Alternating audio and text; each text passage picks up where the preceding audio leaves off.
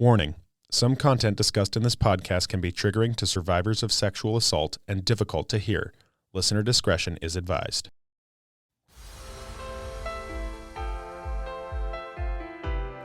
Welcome to the Redemption Podcast with your hosts, Staci and Julia.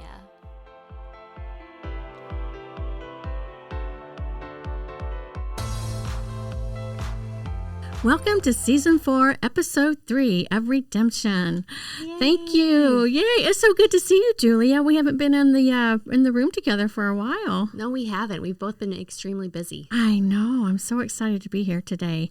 Our guest today is Ari Burdan. She is a senior at the Matsu Middle College, and I am so excited for the topic that we are going to speak about today. But before we get there, I would like to talk about the golf tournament that's coming up on July 19th.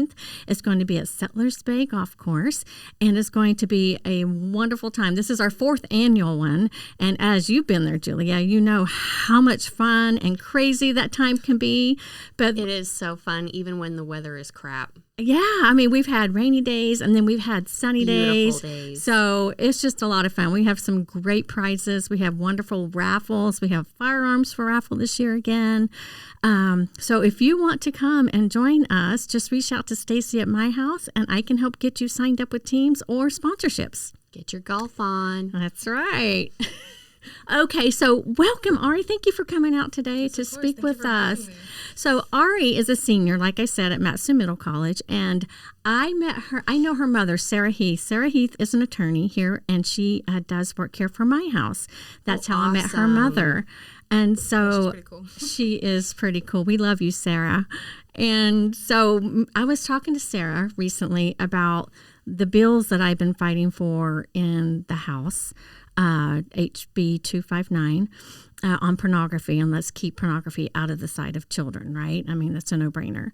And when I was talking about that, she told me that her daughter wrote a 26 thesis paper for a college class on the dangers of pornography in our society. And this is so powerful, you guys, coming from a young person talking about the dangers and the effects of society on her peers and on people in general. So I wanted to bring her in today so we could hear a little bit about the research that she's done. And so thank you so much for coming. And give you a platform to share all of the data that you've collected, because it is extremely impressive and it needs to be heard. Thank you very much. I'm a fast pursuer of justice, and children are just, I mean, they're not only our future, but they're all that we need to protect, you know? If someone doesn't have the natural instinct to want to protect a child, then you know that something has gone wrong. And so honestly, I am very passionate about stopping the sex trafficking industry, human trafficking industry, but specifically towards child sex trafficking. And I started my research into pornography because I was seeing its influence around my own social circles. Right. And I really was wondering, I'm like, okay, I'm not at the stage in my life to where I have the enough education or training or connections to actually be in, not to quote Hamilton, but to be in the room where it happens and to be where national change could happen yet. I would love to be one day, but I'm not there yet. So I was like, okay, let me get knowledgeable while I can in my own realm. I'm like, let me prepare for that. Yeah. And so I saw that pornography was kind of a huge influencing factor into the sexual reality that I'm seeing in this new generation, you know, because like in the 1970s, everyone knows that was like the sexual revolution. Right. But even with the definition of sexual revolution, that means to go against normality, because that's breaking away from the social structure at the time. And this, I've heard people online, and I've heard people say that we're in a second sexual revolution. I think that we're in a sexual reality, because now this is the normality. It is the norm. It is the norm. Like it's... And we are so desensitized to everything. That is like the number one word that pops up in my mind. Because, you know, I'm not that much older than you. And I grew up in a world where, you know, I'm just getting the girls on the cover of magazines and social media and pop stars. And it is just like, society tells you what you should look like, what makes you valuable, and what we should be doing with our bodies and how to be successful. Yeah. So in a very unempowering way, thinking that it's going to be empowering for us, right. but really Very it's true. dehumanizing. Yeah. So. No, 100%. Go ahead. No, you're so right. Like that was amazing. It's so true. But so my paper was titled "Why Our Society Should Eliminate Pornography." Okay. And I use the term society because our government cannot constitutionally ban all pornography. Right. It can't happen, which is hard to work around. But the government, in ties with parents and communities and nonprofits, can work as a society to ban pornography. Right. Because we need to recognize that it's a danger to our society. Right. And so I kind of composed it down to 3 main points. Okay. So our society should eliminate pornography because it physically damages the brain, for one.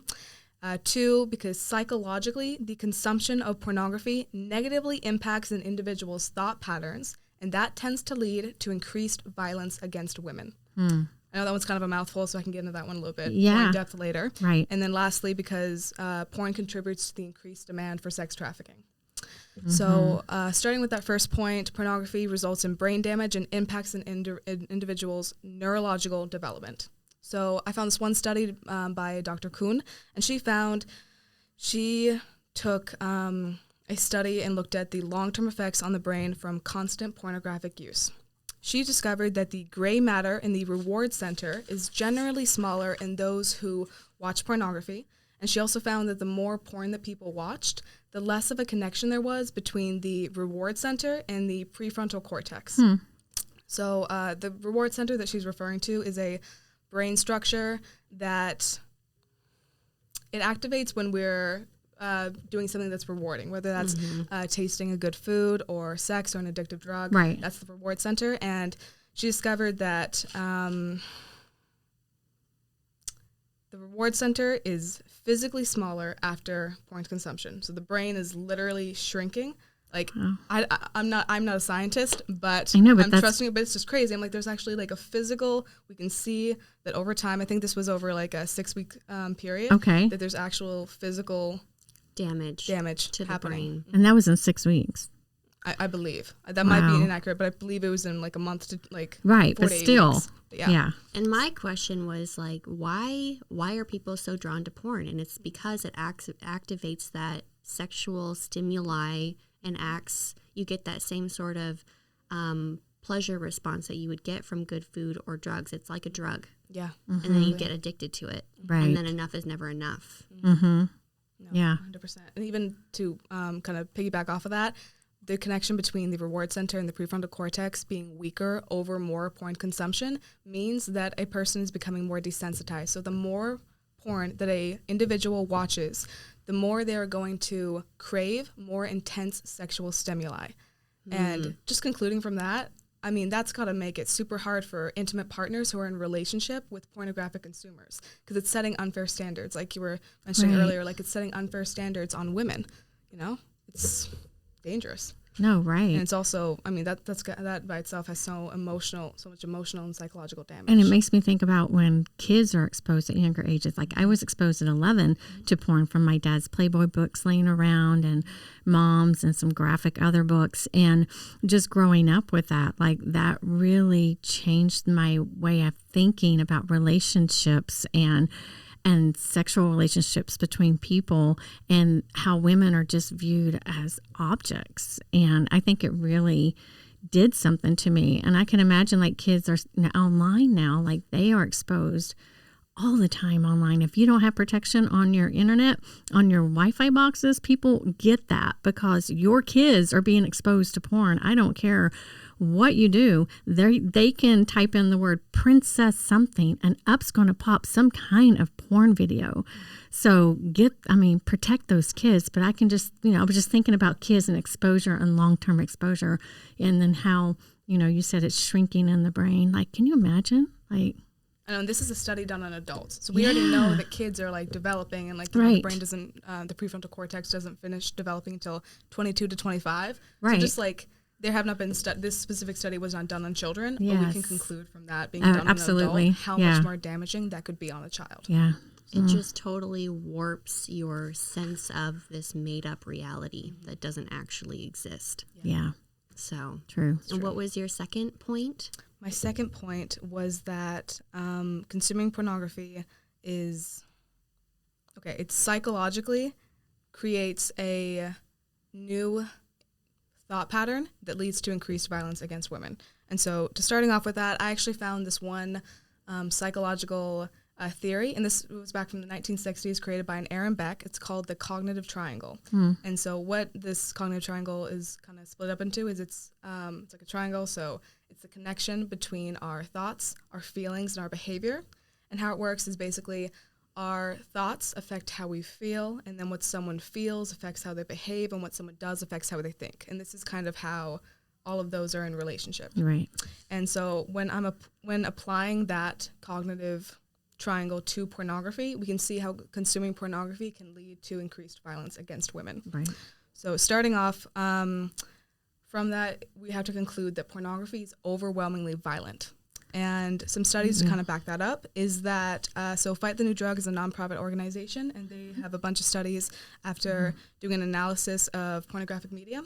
And one of those studies states that 88.2% of the scenes analyzed contained physical aggression, while 48.7% of the scenes contained verbal aggression.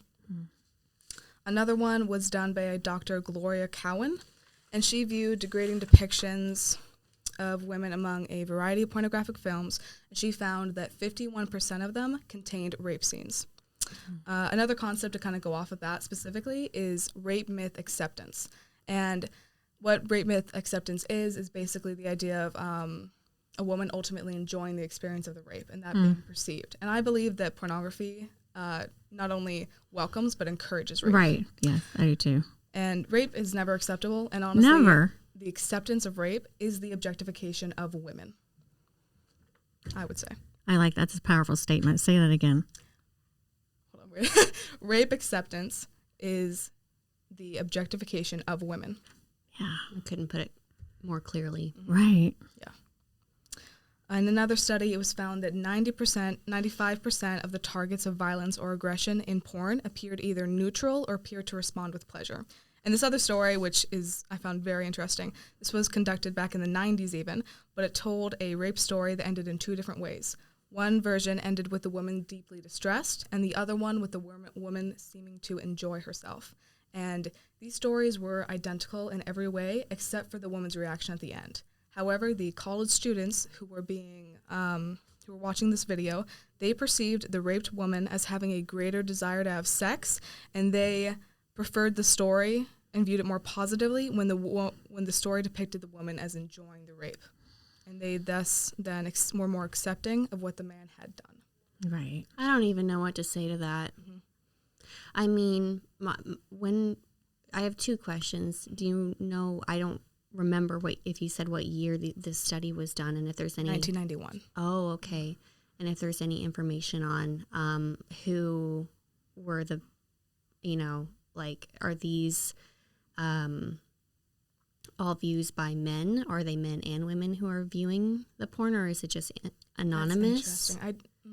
I don't actually know. I'm gonna assume I know that it said there's a few of these studies that in my paper that specifically said men and women, but I'm assuming mainly men, because the conclusions I remember from this when I was reading an analysis of this study, it said at the very end the men so right.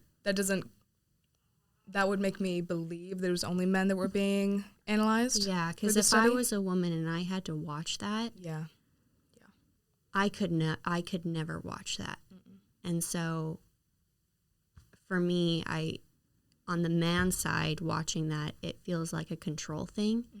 Like I could only take pleasure in seeing somebody else be hurt if it made me feel like I was in control.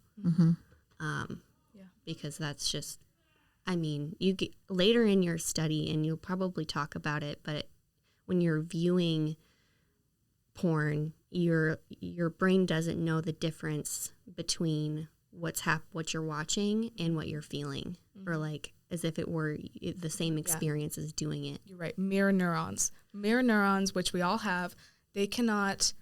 When we observe an action, we are having the same reaction for when we do an action, and that is a huge point in what I believe. And I will get to that later. You're right, but that that fact, I mean, we all have mirror neurons. That is a scientific fact.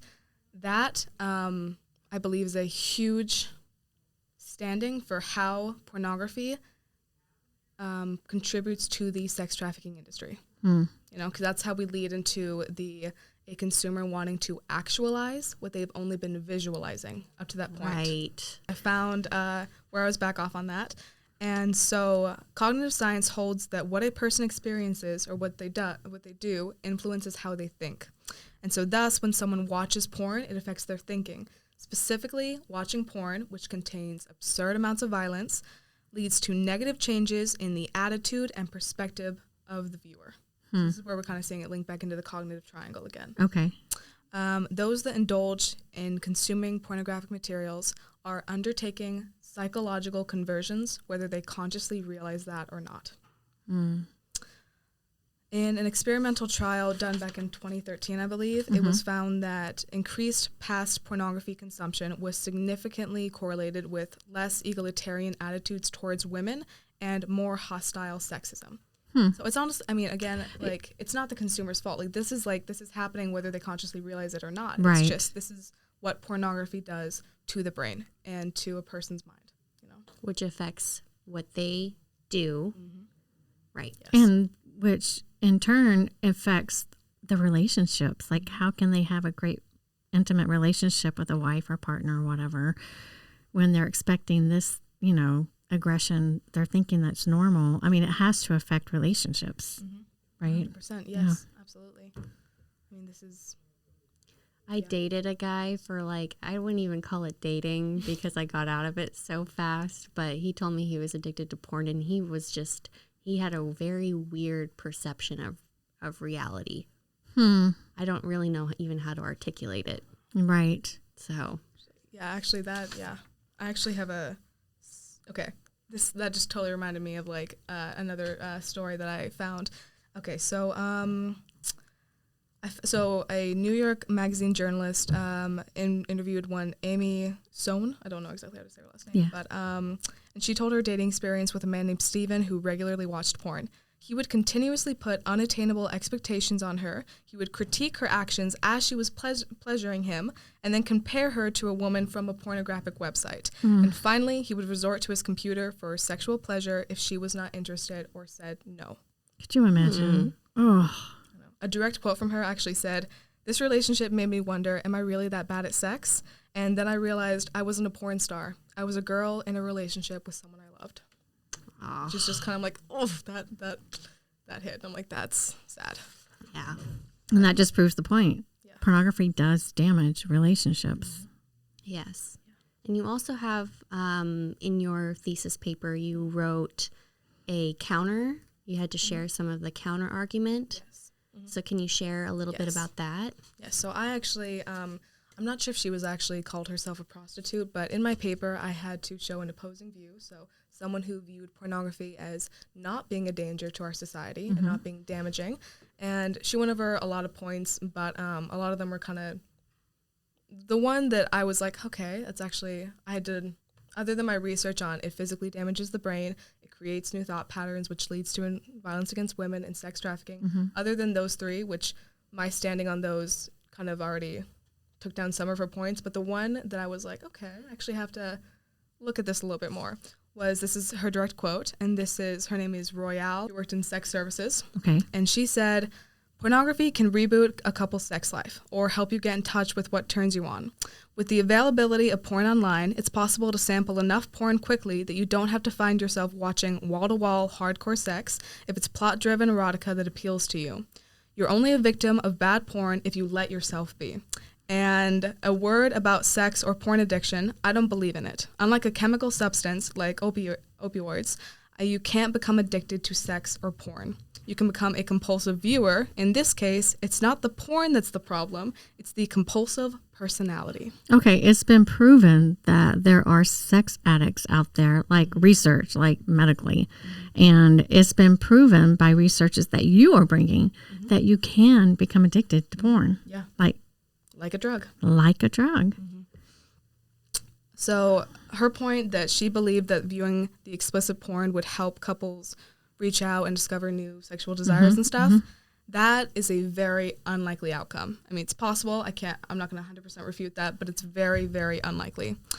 Instead, couples, I would suggest try counseling, new communication techniques, or new experiences to try to repair any tearing in their relationship. But not pornography. It's not a reliable solution to a relationship's problem. There you go. It's not a reliable, sustainable solution. Exactly. Because it might, it might work for a little bit, but I'm like, it's just... Right, but then it's just never enough. It's never enough. And there's help. Just like a drug. There's therapy out there. You can go to couples therapy. You can figure this out. Yeah.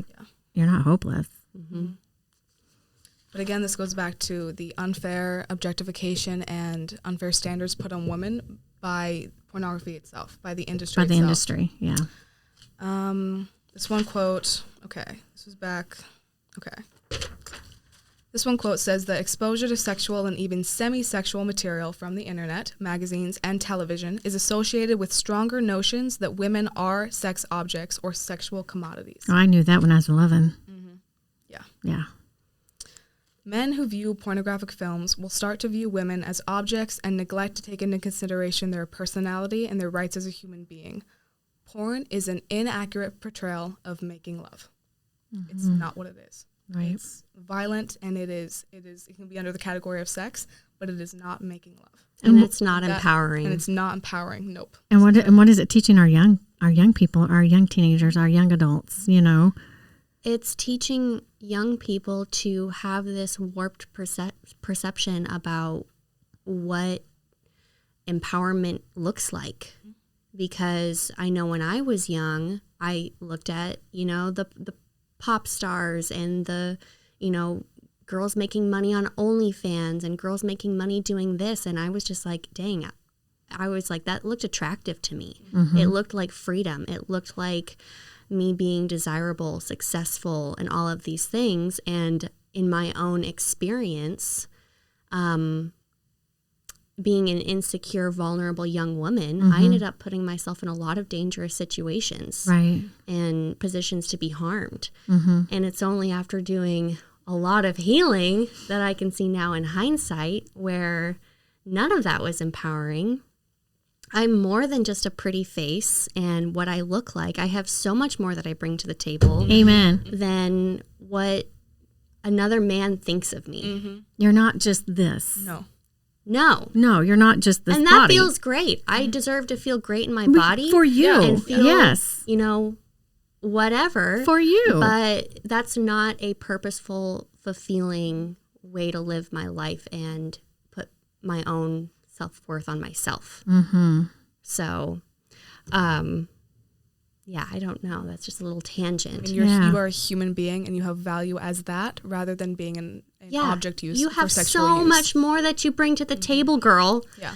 Other than, and unfortunately, this industry, it really just objectifies you. Right. No matter what your platform is. Right. There will always be people who don't view you as a human being.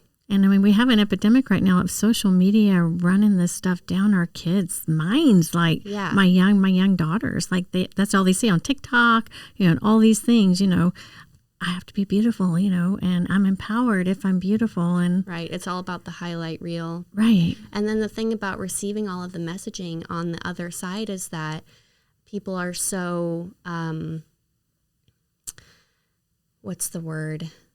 You can hide behind the cloak of anonymity online and receive all of these dehumanizing messages that there's no accountability. There's no accountability. So, yeah. That's true. Do you have some more? I do have some more statistics. Women who are actresses in that field, when they're filming, there's editing done on those videos, there's makeup, and at times there's even plastic surgery done to display themselves in a certain image. Right. It's not fair standards for intimate partners. Those factors alone do not address the scripting of pornographic films, which the actress has scripted dialogue, actions, and reactions to whatever the male does that she performs for the purpose of creating a sexual fantasy for the viewer. Right. So, again, going back to that story from Amy when she was dating that guy and she was realizing, she's like, well, I'm not a porn star. I'm not bad at sex. I wanted to be loved. I didn't want to, Yeah. it's sad. I'm like, that's just a really good point on going back to that. But another thing that I thought about is that on the viewer side, the opposite of addiction is connection, right? Right. And if you're addicted to porn or any other substance or, whatever it is, it's very isolating. Mm-hmm. There's no connection. That's interesting. I haven't heard that before. To the human spirit when you're, I don't know, addicted to porn or viewing that as an ideal sexual standard. Right. When we connect more in our relationships and learn what healthy love looks like, I think that's when the real healing happens. Mm-hmm. So it's just another thing that I thought about. Yeah. That's true. It's beautiful. Yeah. So, sorry, that was really good. That was really good. But, so pornography desensitizes men. It objectifies women, but it also, because you said this word earlier, and I want to loop back to that, it dehumanizes women.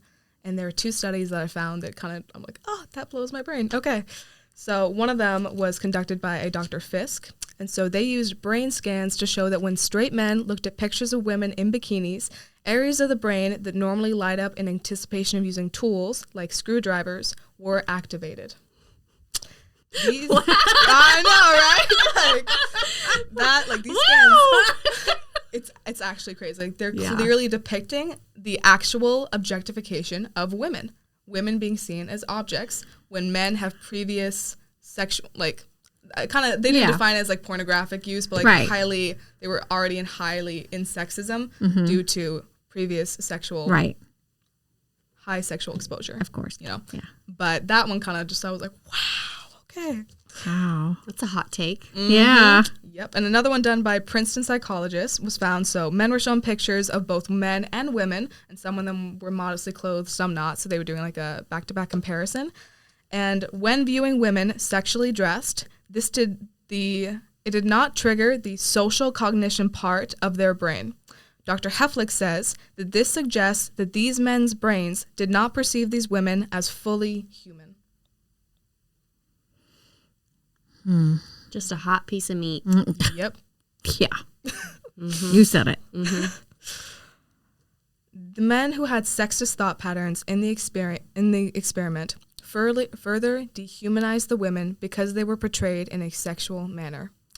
Being watched in pornographic media in which women are sexually objectified, women are, at a cognitive level, not seen as human beings, but rather as objects for sexual use. And then that's probably where the violence comes in. Yes, that's exactly where we get into the sex trafficking industry and honestly, probably prostitution in general. This is where we get our demand. Right. And sex trafficking is a supply answer to demand. Exactly. But yes, as I hope it's broadly known, like sex trafficking is very real. It's a real thing, but So I don't really go in as much into like showing statistics for like how much this has actually happened, because I know you both and like this entire realm, like you are aware that this is a problem, this is happening, and it's happening in a wide spectrum of scenarios. Yeah. But when women are illustrated as a sexual object, violence does tend to follow. And so so I actually really liked this quote. The failure to recognize other people as fellow human beings is considered to be a fundamental enabler of violence across cultures and throughout history. Violence against women has always been around. We can historically track it back. However, it's so evident and so in your face now. Exactly. This is, again, going back to like this, we're in a sexual reality. This is normality. It's all over social media, movies, everything. Yeah. I can't imagine what it's going to look like in 30 years if we don't. I don't even want to think about that. Do something to reverse it. We need to do something. We have to this is why we need. And again, that's where I'm hoping you'll talk about the bill a little bit more. But the Journal of Communication performed a meta-analysis of 22 studies across 7 countries, and they found that the studies exhibit clear evidence that porn consumption increases physical and verbal sexual aggression. Mm-hmm. Pornography does not directly result in violence against women, but it is a fueling factor for the sex trafficking industry. Mm-hmm. And I'm wording it like that because, unless you take away, you're going to go into the argument of, what's actually happening to the actress in the film, lots of people argue that it's not a direct, but this is why we're going over the psychological conversions. That's why we're going into the cognitive triangle, because it's it's a factor, even though there's not that direct line to prove it. Even in pornography, you can't prove that the actors in there are not actual victims of sex trafficking. The National Center on Sexual Exploitation is now looking into OnlyFans because there are cases coming up that, and we all know this, but they're now getting to the cases that are coming up that there are victims of sex trafficking in there, victims who are under 18. And so, And this morning in preparation for this interview, I was like, man, what perspective could I bring to the conversation that would really add to the fact that we're all about empowerment here, right, and all about healing on the podcast. And we work with a lot of clients who are survivors of trafficking, right, or survivors of just domestic violence or sexual abuse. And so I would like to share a couple of testimonies from women who have left the porn industry that I found on Reddit. That'd be great. Because I just really like bring it home for me and made me feel so fired up about having this conversation. So this is from Reddit, and these are anonymous, and I'll read two. I was in porn for 5 years. From ages 18 to 23, it was my full-time job. But before then, it was something I very illegally took part in. I started because it was already my job. I had always used my looks and what people wanted to get what I want. I was in a place mentally where my confidence was low, but my ego was high. I did enjoy it at times, but my life was truly empty. I felt dead inside. Something I now know was depression. I couldn't trust anyone. I thought that the only thing I was good for was sex and being an object. People could and did abuse me because it was normal and I would just take it. I was raped multiple times by big names in the industry on camera. The videos were sold and are still online despite my protests throughout filming. Anyway, it got worse and I finally decided that anything would be better. So 3 years later, I'm training to be a nurse and working with people with learning disabilities, and I couldn't be happier. Good for her. So this is a story where it describes this girl initially got into it. However, there's different scenarios in which people get into this, and it's never a straight line. You don't just get into it. You're usually exposed to other things, and then things just kind of lead that way. And maybe there is an empowering aspect at first, but then things tend to go too far. And then all of a sudden you get that empty, bottomless pit inside your stomach. Like, I am nothing. And it just warps your perception of yourself. Right. And then this person finally had enough and she got out. And that is the hardest thing to do. That is the hardest step that I think women have to take in any dangerous situation, right, is how to get out safely. So, and then the last testimony I will read is, I was in the bondage industry for 10 years.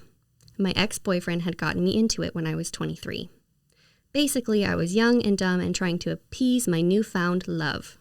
And he had suggested that I had the right look to be a bondage model.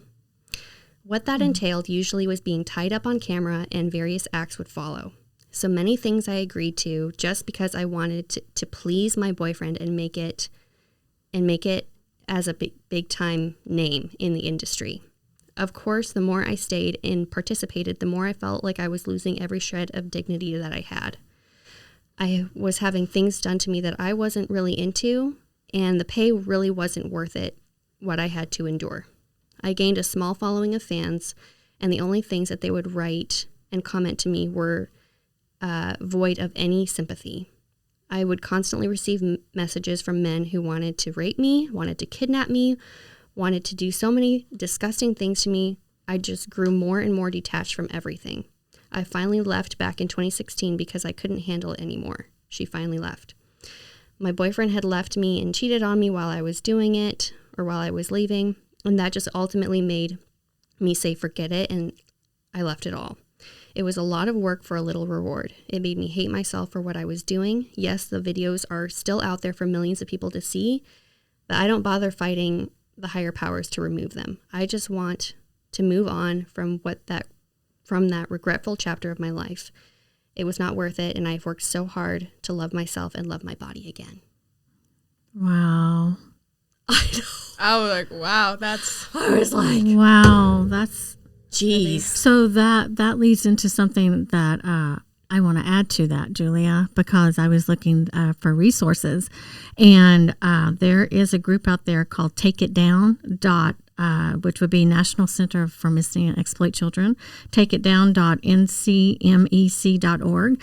And if you have explicit online images online and they were taken before you were the age of 18, this group can help you get those offline. Wow. Now, there's another group out here called stopnc2.org. It's Stop Non-consensual Intermate Image Abuse. Is operated by Revenge Porn Helpline. It helps people who want to remove online explicit images taken when they were older than 18. With an over 90% removal rate, the RPH has successfully removed over 200,000 individual non-consensual intimate images from the internet. That's so awesome. If you're out there and this has happened to you, there's hope. I will put these links in our podcast at the bottom so you can have these and reach out and you can get those images off. So here is a great resource for you. And also, can I just go into so I have been going to Juneau, and I have been advocating for HB 265. It's an act of changing the term child pornography to child sexual abuse material. Let's call it what it is. Children cannot consent to sex or porn or anything, so it's child sexual abuse material. And on March 14th, let's see who was it, Senator Keel, Myers, Hughes, Jackson, Merrick, Bjorkman, they moved and asked unanimous consent to be shown as cross-sponsors on House Bill 265. Without objection, it was so ordered. So House Bill 265 was read for the first time and referred to the State Senate Affairs and the Senate Judiciary Committee. If you want to protect children, if you want to have there's another bill out there, and I can't believe I don't have the bill number in front of me, but there's a bill out there that they want to stop children having access to porn, meaning let's make the distributors of porn put age verifications on their sites. And not just a simple, are you 18? Yes. And you just click the yes, and then it goes right into I'm talking hardcore porn, like a 10-year-old could watch it. So there are some really important bills out there. Just contact your state legislator, ask them to support the bills that are protecting kids against pornography, changing the term from child pornography to child sexual abuse material. Let's protect our kids. Speaking about protecting our kids, ASHTA, which is Alaska Stop Human Trafficking Alliance, I am chair of, we did a letter recently to our local internet service provider, MTA, and we asked MTA if they would give us an opt-out of porn coming to our home. So it's a powerful letter, so if you just give me 1 second, I just want to read it, okay? Absolutely. So as clients of MTA, we, the co-chairs of ASHTA, would like to meet with you to discuss the possibility of MTA leading Alaska internet service providers and protecting our children, specifically for MTA to offer your customers a private opt-in, opt-out of pornography with our internet subscriptions. This is a customer service request which concurrently meets the demands of your customers who are parents seeking to protect their children, provides privacy to those who still wish to have access to porn, so can't take it away, right? And most importantly, protect minors in the Matsu. Pornography is reaching epidemic levels and is dramatically altering the psychological development of young minds and their ability to form lasting, healthy relationships. Pornography is portable and unrestricted 24/7. This unfiltered access is dangerous to our children and our society.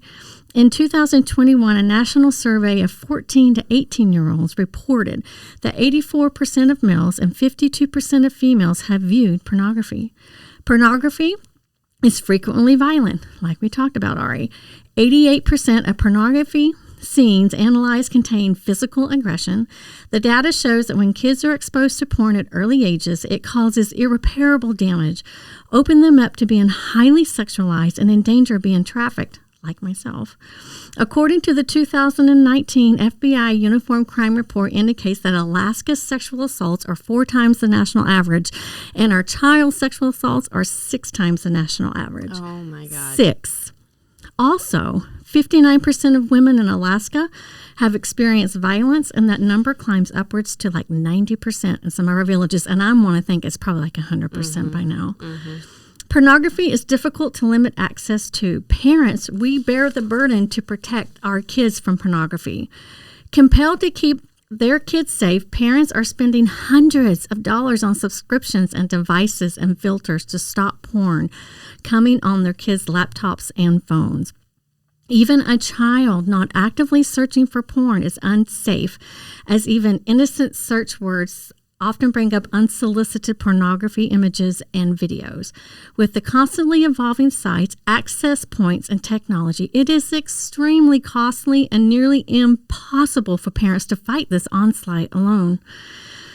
You know what? It's time for the community to come alongside our parents and step up and protect our kids. In the UK, they have offered this service for over a decade using the ISP web filters. These web filters are crucial in protecting young users from harmful online content.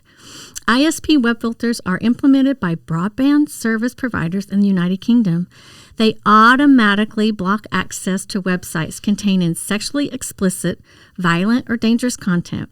These filters operate at the network level, affecting the entire internet connection, regardless of the device being used. Most major ISPs offer web filtering as a default feature. By implementing these filters, the United Kingdom has created a safer digital environment for its young users, protecting them from harmful exposure to adult content.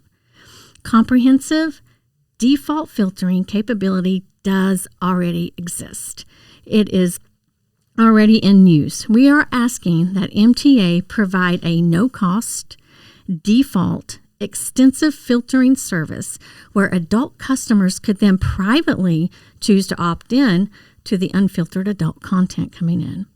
So that's the letter that we sent out, and they would like very reasonable request. It is, and you know what? In the UK, they've actually been doing this for over 12 years, and it's protecting their kids. Like and the UK is pretty on the cutting edge of everything, and we already have this technology. So why can't we do this and protect our kids? I am sick as a parent trying to fight the onslaught of pornography coming in. And I pay for my internet subscription. I don't want to pay for porn coming into my home and pay for expensive pieces of equipment to try to fight porn coming into my home. Why not offer this? This is not stepping on constitutional toes. This is not saying you can't have porn. You can privately opt in. If you're an adult and you want porn, you can privately opt in and have porn with your internet subscription. This is an answer.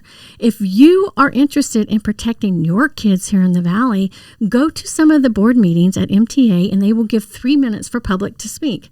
Let's speak about this to our board and let's see if they will be willing to be the first in the state of Alaska to offer this. Have they responded to you? They responded and said, just come and speak, with the 3-minute thing. Board? So, but for the 3-minute public comment. So we'll go that route first. Then we'll see if we can make an appointment to speak with them. But I'm excited about this. Yeah. And I love Ari because Ari has coined, because I talked to Sarah and I talked to Ari. Yes, yeah. And what is the name that you call ourselves here? The Northern Freedom Fighters. The Northern Freedom Fighters. I need a T-shirt, Julia. Can you print me one? Yes. I'll get right on it. This is so awesome. Well, this has been amazing, guys. This topic is just so concurrent right now with everything that's going on in legislation and stuff on the news and kids and the fight here with MTA. And I was just so excited about her paper and all the information coming from a young person. It just blows my mind, right? Mm-hmm. So I just love this. Thank you so much for being on the show today. Did you have anything else you wanted to say before we go? I think I'm good. I think I can be reached at my email if anyone would want has further questions, but I think I've covered a good portion of just sharing this because it's important and it can make a difference having this knowledge be out around there, because also like for pornographic consumers, I will say this one little thing. It's not their fault. Like this is happening whether they realize it or not. It's not on them. Like there's victims from people being in a relationship with them and people in the sex trafficking industry, but I'm going from a broader perspective here to where like everyone is being hurt in this situation. It is a danger to everyone in society, and I want them to get better too. So that is one thing of like, it is not your fault. Like it's out there, it's unrestricted 24/7, like you said, it's portable, it's everywhere, it's widespread, and there's resources out there. Oh yeah, there's resources out there. Yes, actually. Speaking of resources out there for you, there is hope. There's a 24-hour hotline providing meetings information and other information on 12-step support for sex addiction. If you or someone you love is struggling with porn addiction and sex addiction, call this hotline at 877-416-8107, or you can get a text. So call this number again, 877-416-8107, and there is help out there. Yeah, 100%. Yeah, we can heal. We can heal, absolutely. Oh, and our final question for you, Ari. We ask this to all of our guests who come on the show because we are called redemption. So what does the word redemption mean to you? Redemption to me means beauty from ashes. That's what I think. I love that. I'd like a T-shirt too, like that too. Okay. Yes. Gotta go. The Northern Freedom Fighters, beauty from ashes. Yes. Love that. Oh, well, thank you, Ari Burdan, for being here today in our program. You. And if anyone would like any more information, we will have Ari's email as well as some of the other links that we promised. And until next time.